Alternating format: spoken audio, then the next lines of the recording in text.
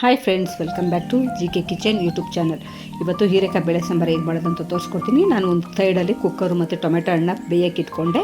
ಇನ್ನೊಂದು ಸೈಡು ಅಗಲವಾಗಿರೋ ಪಾತ್ರೆ ಇಟ್ಕೊಂಡು ಅದಕ್ಕೆ ಸಾಸಿವೆ, ಸ್ವಲ್ಪ ಜೀರಿಗೆ, ಈರುಳ್ಳಿ, ಇಂಗು, ಕರಿಬೇವು ಸೊಪ್ಪೆಲ್ಲ ಹಾಕ್ಕೊಂಡು ಫ್ರೈ ಮಾಡಿಕೊಂಡು ಹಚ್ಚಿರೋ ಹೀರೆಕಾಯಿನ ಹಾಕ್ಕೋಬೇಕು. ಹಾಕ್ಕೊಂಡು ಚೆನ್ನಾಗಿ ಒಂದು ಸತಿ ಮಿಕ್ಸ್ ಮಾಡಬೇಕು. ತುಂಬ ಎಳೆದಾಗಿರೋದ್ರಿಂದ ಬೇಗ ಒಂದು 5 ನಿಮಿಷದಲ್ಲೇ ಬೆಂದೋಗುತ್ತೆ. ನಮಗೆ ರುಚಿಗೆ ತಕ್ಕಷ್ಟು ಉಪ್ಪು ಕೂಡ ಹಾಕ್ಕೊಂಡು ಸ್ವಲ್ಪ ಅರಿಶಿನ ಪುಡಿ ಹಾಕಿ 1 ಗ್ಲಾಸ್ ನೀರಷ್ಟು ಹಾಕೊಂಬಿಟ್ರೆ ಬೇಗ ಸಾಫ್ಟಾಗಿ ಬೇಯುತ್ತೆ. ಈ ಸೈಡು ನಾವು ಹೆಂಗಿದ್ರು ಬೇಳೆ ಬೇಯಿಸ್ಕೊಂಡಿರ್ತೀವಲ್ಲ, ಟೊಮೆಟೊನೆಲ್ಲ ಸಪ್ರೇಟ್ ಮಾಡಿಕೊಂಡು ಬರೀ ನಾನು ತೊಗರಿಬೇಳೆ ಬೇಯಿಸಿರೋಂಥದ್ದು ಮಾತ್ರ ಹಾಕಿ ಟೊಮೆಟೊನ ಕೈಯಲ್ಲಿ ಚೆನ್ನಾಗಿ ಕಿವುಚ್ಕೊಂಡು ಹಾಕ್ಕೊಳ್ತೀನಿ. ನಾಟಿ ಟೊಮೆಟೊನ ಹಾಕ್ಕೊಂಡಿರೋದು ಚೆನ್ನಾಗಿ ಕುದೀತಾ ಇರ್ಬೇಕಾದ್ರೆ ಸ್ವಲ್ಪ ಕೊತ್ತಂಬರಿ ಸೊಪ್ಪು, ಸಾಂಬಾರು ಪುಡಿ ಹಾಕ್ಕೊಂಬಿಡ್ಬೇಕು.